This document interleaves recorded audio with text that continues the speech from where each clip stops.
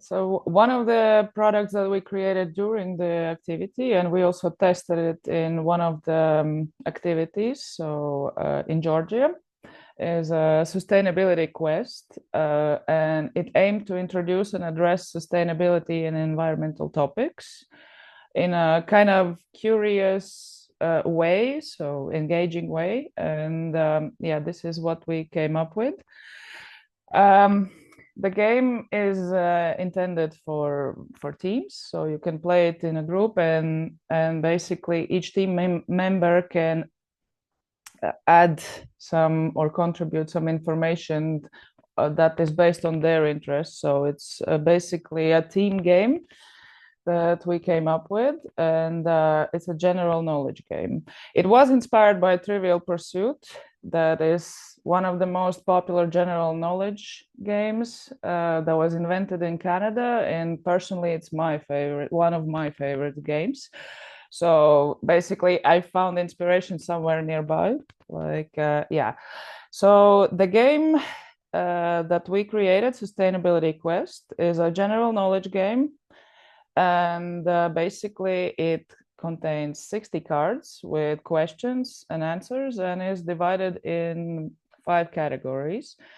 And these cards with questions are basically answering questions: what is, or what something consists or is made of. So basically, in a simple terms, that's like simple definitions of environmental terms or anything. So yeah, and here is an example of a cube that you can use as a throwing dice. So basically, and with the next slide, I'll explain how you play the game. So yeah. So this is more or less how it looked like also during the activity. So there are these 5 categories, and basically each team needs to throw a dice or a cube that has the names of categories, and then a team member picks a card, basically, and in a 1 minute, in the time of 1 minute, teams have to come up with the answer. And yeah, cards would look like this, more or less. So yeah, so and basically it the categories are, for example, covering sustainability topics from different angles. So there are concepts. So you could have, what is zero waste, what is ecology, what is basically recycling, what is upcycling, all these kind of terms. Then there are recipes, so they basically answer what something is made of, like what is tofu made of, for example, or what soil consists of. So, and all these questions kind of allow you to also logically approach the question, even if you don't know the answer. So that's why there's a team. So you try to figure it out, and basically in that way, maybe you also remember things better, I would imagine. Then there are facts. So facts are more about, like, I don't know, what is the most grown crop in the world, or how much food we waste generally annually per year. Like it's still one third, right? So basically these kind of facts. Or for example, why styrofoam is bad, for example, why people say that, why this kind of idea is there. So yeah, and then you figure it out, and basically when you answer the question right, or more or less in the right direction, then you have the answer card where there's a little description of the definition or why something, like the answer to the question. And yeah, there's sustainable living, and also random category, which can contain any of these categories.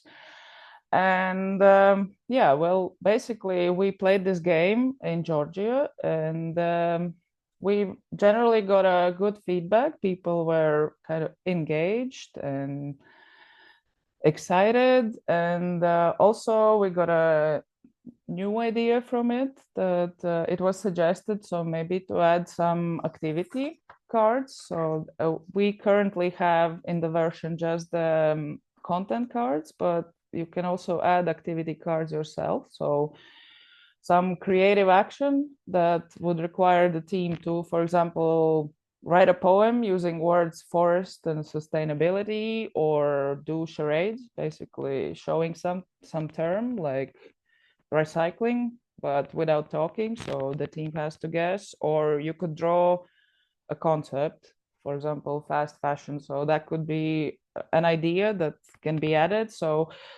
it depends on your audience. So you can create these action cards depending like on the specifics of the audience, what they would be okay doing. And also about other uses of this created content material. It was created initially for the youth workers, so they would have some knowledge about the topic, but sometimes it happens that maybe it's too complex for younger audiences. So it could be also used as discussion starters. So you just pick specific concepts that you find and basically let your group kind of discover the topic further. So like why not? And another way it could be, for example, used as a warm-up. Also, for example, finding a pair. So, for example, one person would have a question and the other person would have the answer. And without mentioning the word, they would have to find each other again. It creates more like kind of some sort of information is stored back at the back of your brain from this kind of engaging activity. So yes.